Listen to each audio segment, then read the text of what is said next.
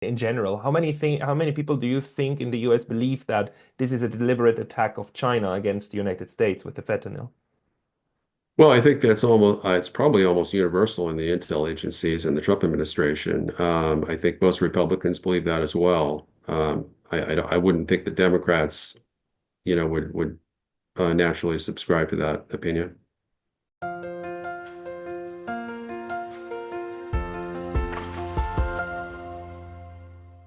I would like to shift gears a tiny little bit because I wonder about the domestic policies that we are seeing going on, and this push now to of this frontal assault of that Donald Trump is like doing against the deep state, against the permanent state, now with attacking US AID, with appointing Tulsi Gabbard as his director for national security. These are very, very uh, radical proposals.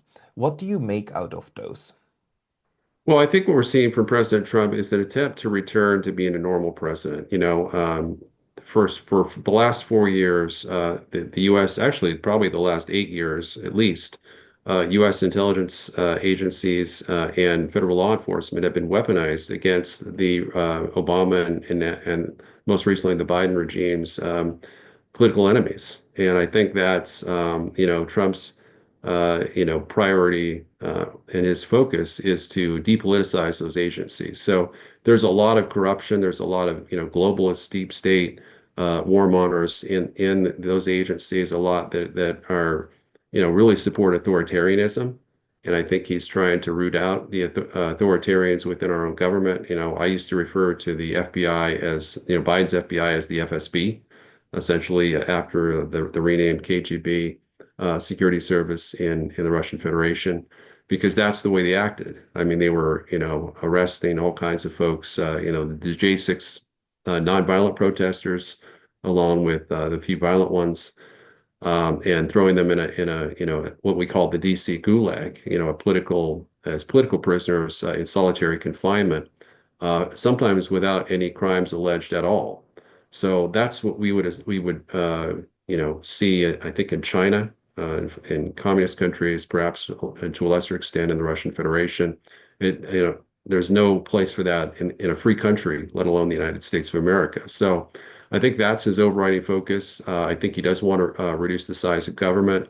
I think he wants to audit Ukraine aid, especially, but all foreign aid in general, except for Israeli U.S. assistance to Israel and Egypt, which is mandated under the Camp David Accords. I think he wants to maintain that peace treaty in place, and so he's not going to mess with that. Um, but the audit of Ukraine aid in particular, I think, is very important. I think it reveal a lot of corruption. There was I recently read a post by a Substack author that goes by the name of Simplicius, which is along with my own Substack site is recommended by Dr. John Mearsheimer. And he admittedly he tends to be pro-Russian. I mean, he might even be Russian himself, but he is he talked about a lot of that, and how the Russians are winning, and how there's a rumor that was released. It was actually an SVR press release that that the U.S. is kind of giving up on Zelensky, forcing him into democratic elections. He knows he's going to lose, and I thought that was a really interesting story.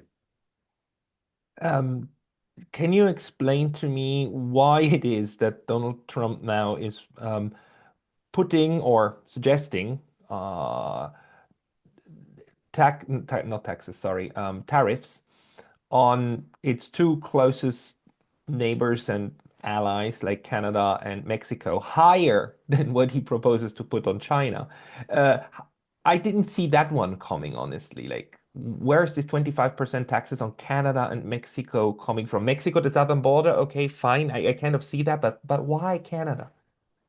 So I've always been a supporter of tariffs, and I think they're especially effective as a negotiating tactic. I mean, I think tariffs built up the U.S. and the greatest industrial manufacturing power in the world. Now we're overmatched, I think, almost 4 times by China, but that's because we gave up tariffs and we've allowed unilateral trade with the People's Republic of China.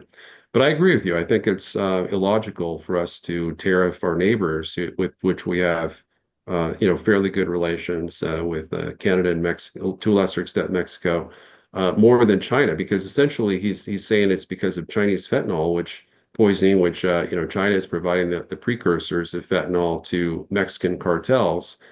Um, so they're the ones trying to kill Americans. Mexico's not trying directly to, even though they kind of host the cartels, and they're kind of reluctant to move against the cartels because the cartels have so much power in Mexico. But yeah, logically, his initial plan was to proposal during the election was to enact 60% tariffs on China and then 25% tariffs on Canada and Mexico. But I think it was a really brilliant way to use America's diplomatic heft to use tariffs to pressure Canada and Mexico to secure the border against these drug cartels and illegal immigration. And Yeah, I mean, I think that's what I want to see. I think pressuring other countries to do things that protect America is exactly the kind of diplomacy that I want to see from the Trump administration. But is the Canada border a problem, a fentanyl entry point as well? Yeah, so I recently saw a post on X that reported that there were I think 46 pounds total that of fentanyl, and I think that's enough to kill. I want to say 97,000 Americans. It might be 970,000 Americans. So could still kill 100,000 to 1 million Americans, the amount of fentanyl on the Canadian border. But admittedly, the fentanyl problem and the illegal immigrant problem is much less on the Canada side. So it would, if that's the true reason, you would assume that Mexico would get a higher tariff threat than Canada because the problem is so much less on the Canadian side. The thing that doesn't that I genuinely honestly just don't understand is why is fentanyl only a problem in North America. It's not a thing in Europe, as far as I know. It's not a thing in Asia, as far as I've ever seen. I've not heard about it in Africa. I've really only heard about it for North America. Why is that? And because the drug addiction issue is a two-sided one, supply and demand. And it's not Chinese coming over the border and pumping this into the veins of the Americans, right? It is the it is a part of the population that buys it, wants it, pays money for it, and puts it into their veins. Um, how come? Well, again, I think it's China's deliberately trying to weaken the U.S. and part of the weakening of their effort to weaken the U.S. was not, of course, not just to spread COVID to America, but which was kind of a U.S. funded bioweapon that they designed in the Wuhan lab that was released accidentally, and then they did everything they could to spread it to Western countries to weaken and kill us off. But it's also to use fentanyl. I think so. I think China is exclusively targeting the U.S. with fentanyl. They're providing the precursors for fentanyl to the cartels at bargain basement prices, enabling them to get rich, enrich themselves, make billions, perhaps even tens of billions of dollars off American drug addicts. And it's sadly it's a lot of those pills, they'll high school students, perhaps even middle school students will buy what they think is something pretty mellow, some kind of painkiller that's a low dose painkiller, and it's laced with fentanyl, and they die from it. So and yeah, it's just as far as why America has such a drug addict problem in general, that's really something I can't speak to. But what I can speak to is that China is behind the fentanyl uh, overdose issue in terms of the supply side in America. But It just seems like a bad strategy, even if it's true, because you're killing off the poor part and the disenfranchised part of the other countries. Like, why would you do that? I mean, the fentanyl thing makes more sense to me in terms of like, okay, there's like illegal organizations all over the place, including in China, including Mexico, including the United States, and they link up in order to create drug trade, which is the oldest problem in the world, and that like I mean the Europeans too, they have drugs that circulate, and we try to clamp down on that. I mean, if you go to Singapore, you bring even tiny little amounts of drugs, they kill you. People are still willing to take the risk because there's still like a certain amount of drugs in Singapore circulating. So people go to extreme insane risks in order to make a buck, right, with drugs. Doesn't it make more sense that it's just like the illegal part of the world that does this and creates this bad outcome? Well, I mean, I think China has, more nefarious objectives. I've read that they're trying to develop, a bioweapon that kills Caucasians exclusively or non-Chinese citizens. I think that's likely true. I don't think they've had any success with it, but it's been ongoing since 1990. I think that I think that they would prefer to have peace with the U.S., but I think if we were to defend Taiwan militarily, they would indeed try to decimate our population with, a cyber attack, a super EMP attack, um, possibly biological or nuclear weapons. Yeah, but again, as far as your questions about drug addiction in general and why exactly they would kill Americans that are in the poor class, I don't have good answers for those questions. How far, how many people in the US do you think would share your analysis, especially let's say amongst the conservatives? I don't know. I mean, in general, how many people do you think in the US believe that this is a deliberate attack of China against the United States with the fentanyl? Well, I think it's probably almost universal in the intel agencies and the Trump administration. I think most Republicans believe that as well. I wouldn't think the Democrats, would naturally subscribe to that opinion. And this is a motivating factor. This is a motivating belief for Donald Trump's actions against both its neighbors and against China.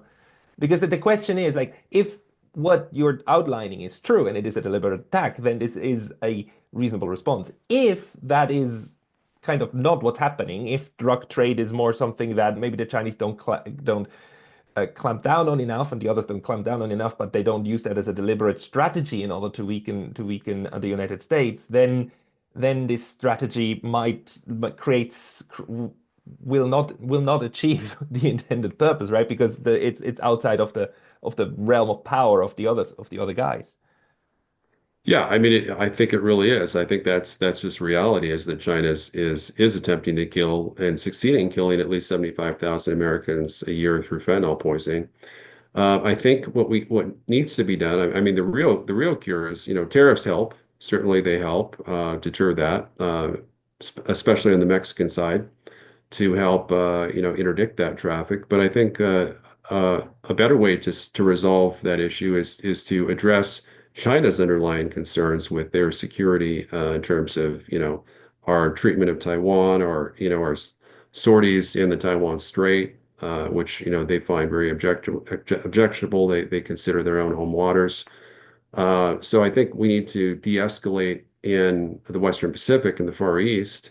And if we have better relations with China, then we can, I think, as part of a trade deal or a deal that would include resolving the Taiwan issue entirely with what I proposed, that kind of an EU-style confederation between Taiwan and China, which Taiwan becomes part of a Chinese union or a Chinese um, union of Chinese Federation. republics. I think that would be sufficient to cause China to stop trying to kill Americans through fentanyl and devise ways to destroy us long term in the event we go to war with them over Taiwan. So uh, again, another option I've been proposing since 2019 is a tripolar sphere of influence agreement in which we would agree to a Chinese sphere of influence over Taiwan, Mongolia, Southeast Asia, in return for they're recognizing a sphere of influence for us, over perhaps Western Europe and the Western Hemisphere, perhaps even over Japan and the Philippines and Australia, um, and New Zealand, um, and maybe probably South Korea as well. But we would pull our troops out of South Korea and try to sign a permanent peace agreement with North Korea. So I think that's another way we could allay China's legitimate security concerns. But that said, I do view China as inherently aggressor power. But I think we can use a mix of diplomacy and containment to mitigate Chinese aggressive intentions because I think they don't really want war with the U.S. They're preparing for war. They're assuming that U.S. is going to defend Taiwan and they're mobilizing their economy and military for war in the very near term. I think they've been waiting for Trump to become president before they blockaded Taiwan because I think they truly believe, and I think they're probably correct, that Trump is going to opt for a peace deal to resolve a blockade rather than try to break a blockade militarily and lead us down the path to nuclear war. We have to invite Chinese colleagues and maybe Russian colleagues in order to discuss these analysis because it's essential. I mean, I absolutely agree, and we're still going through insanely dangerous moments. But what I also figure out it's really hard to know what the other side is actually doing. And just like the United States is not a unitary actor, right? There's people like you, and there's people like Tulsi Gabbard, there's people like even like the neocons, and they're just around and they all influence and push and pull. And it would surprise me if that wasn't the case for the Chinese and for the Russians too. Maybe in different ways with different factions, but the push and pull is there. Last question about what's currently going on with Mr. Trump. Do you think what's his next big target internally? Because he has like been signing a lot and a lot of executive orders. And do you think that they will stand? Because he's also really testing the limits of executive orders here. Like he's pushing far beyond what I thought was possible. This will be challenged, won't it? Like quite a few of them probably in court. Yeah, I think a lot of his executive orders are already being challenged. And